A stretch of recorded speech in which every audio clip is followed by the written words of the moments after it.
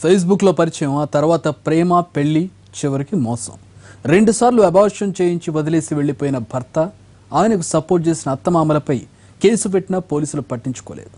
దీంతో బాధిత యువతి అత్తారింటి ముందు మౌన పోరాటం చేస్తోంది. న్యాయం చేయాలంటూ అర్థిస్తోంది.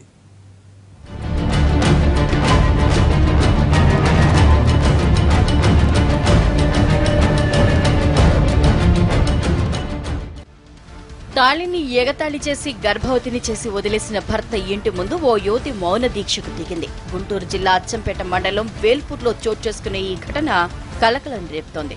నల్గొండ జిల్లా నాంపల్లి గ్రామానికి చెందిన సుజాత, గుంటూరు జిల్లా వేల్పూర్కి చెందిన యశ్వంత్ కుమార్ ఇరువురు హైదరాబాద్లో నివాసం ఉంటున్నారు.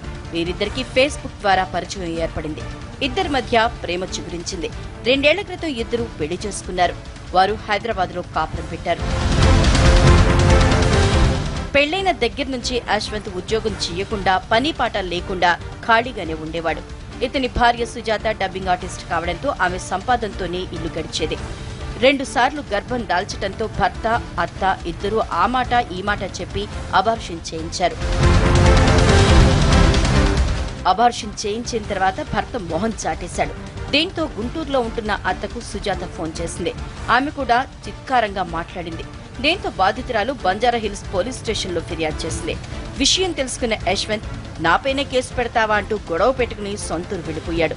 మరోసారి పోలీసుల్ని ఆశ్రయించగా మీ భర్త సొంతూరులో కేసు పెట్టుకోమని సలహా ఇచ్చి చేతులు దులుపుకున్నారు. దీంతో గుంటూరు వెళ్లిన సుజాత అచ్చంపేట పోలీస్ స్టేషన్లో కేసు పెట్టింది. వేసుకుని కాస్ట్లీ ఫోన్ చేతులు పెట్టుకుని అమ్మాయిల్ని ట్రాప్ చేసి అమ్మాయిల జీవితాలు ఇలా చేయడమే అండి. ఎందుకంటే చాలా చేశాడు, అయినా కౌన్సిలింగ్ చేశాను, చెప్పి చేశాను. వాళ్ళ అత్తమ్మతో, వాళ్ళ మదర్తోనే మాట్లాడాను. అత్తమ్మ బావి ఇలా చేస్తున్నాడు అని పెళ్లికి ముందు, పెళ్లి తర్వాత కూడా. అయినా నా కొడుకు మగవాడు, 100 మందికి ఇచ్చి పెళ్లి చేసుకుంటానే, ఏం చేసుకుంటావో చేసుకో అలా. ఇక్కడ కూడా పోలీసులు పట్టించుకోకపోవడంతో బాధితురాలు భర్త ఇంటి ముందు బైఠాయించింది. అయితే గ్రామ పెద్దలొచ్చి ఇరు కుటుంబాల పెద్దలతో మాట్లాడతామని, న్యాయం జరిగేలా చేస్తామని చెప్పారు. ఇది జరిగిన కొన్ని గంటల్లోనే భర్త, అత్తమామలు ఇంటికి తాళం వేసి పరారయ్యారు. దీంతో బాధితురాలు వారింటి ముందే మౌన దీక్షకు దిగింది. తనకు న్యాయం జరిగే వరకు ఇక్కడ నుంచి కదలనని బాధితురాలు సుజాత చెప్తోంది. ఎక్కడున్నాడో తెలీదు, ఆ అబ్బాయితో మాట్లాడడానికి ట్రై చేశాను. నా నెంబర్స్ అన్ని బ్లాక్ చేశాడు. నా ఫోన్స్ కలవట్లేదు, మెసేజ్లు పెట్టాను, రిప్లై ఇవ్వట్లేదు. ఒకవేళ వాళ్ళు తప్పు చేయకపోతే పెద్ద మనుషులతో మాట్లాడించడానికి ట్రై చేశాను. పెద్ద మనుషులతో మాట్లాడతారు, డిపార్ట్మెంటల్తో మాట్లాడతారు. వాళ్ళ అమ్మ నాన్న, వాళ్ళ అబ్బాయికి సంబంధించిన ఎవరూ రెస్పాండ్ అవ్వట్లేదు. బాధితురాలికి స్థానికులు మద్దతుగా నిలుస్తున్నారు. ఆమెకు న్యాయం చేయాలని డిమాండ్ చేస్తున్నారు.